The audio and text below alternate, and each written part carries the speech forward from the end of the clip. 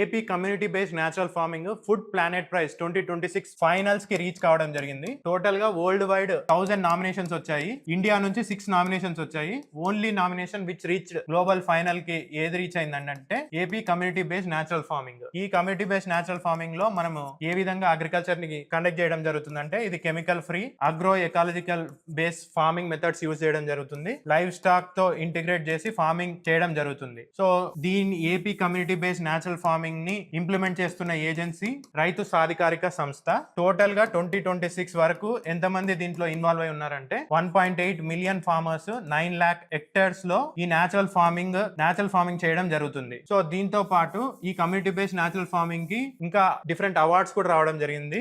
గుల్బ్యాంకియన్ award for humanity 2024 లో గుల్బ్యాంకియన్ award for humanity కూడా ఈ కమ్యూనిటీ బేస్డ్ న్యాచురల్ ఫార్మింగ్ కి రావడం జరిగింది. సో ఇప్పుడు ఫుడ్ ప్లానెట్ ప్రైజ్ 2026 ఫైనలిస్ట్ గా కూడా ఇది రీచ్ కావడం జరిగింది. Food planet prize or food planet award 2019 లో దీన్ని ఎస్టాబ్లిష్ చేయడం జరిగింది.